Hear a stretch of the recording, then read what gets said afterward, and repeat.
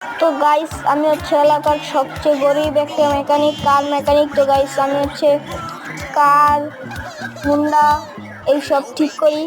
তো গাইস আমি এখন আমার গ্যারেজে যাব কাজ করতে। তো গাইস আমি আমার সাইকেলে উঠে পড়েছি। তো গাইস আমি এখন যাচ্ছি কাজে আমার গ্যারেজে। তো গাইস তোমাদের মোবাইলে কত পার্সেন্ট চার্জ আছে অবশ্যই কমেন্টে জানাবে এন্ড লাইক এন্ড সাবস্ক্রাইব করবে। ওখানে কি? তো গাইস ওইখানে আমি একটি গাড়ি দেখতে পাচ্ছি, মনে হচ্ছে নষ্ট গাড়ি। এ ভাই এই গাড়িটা কার?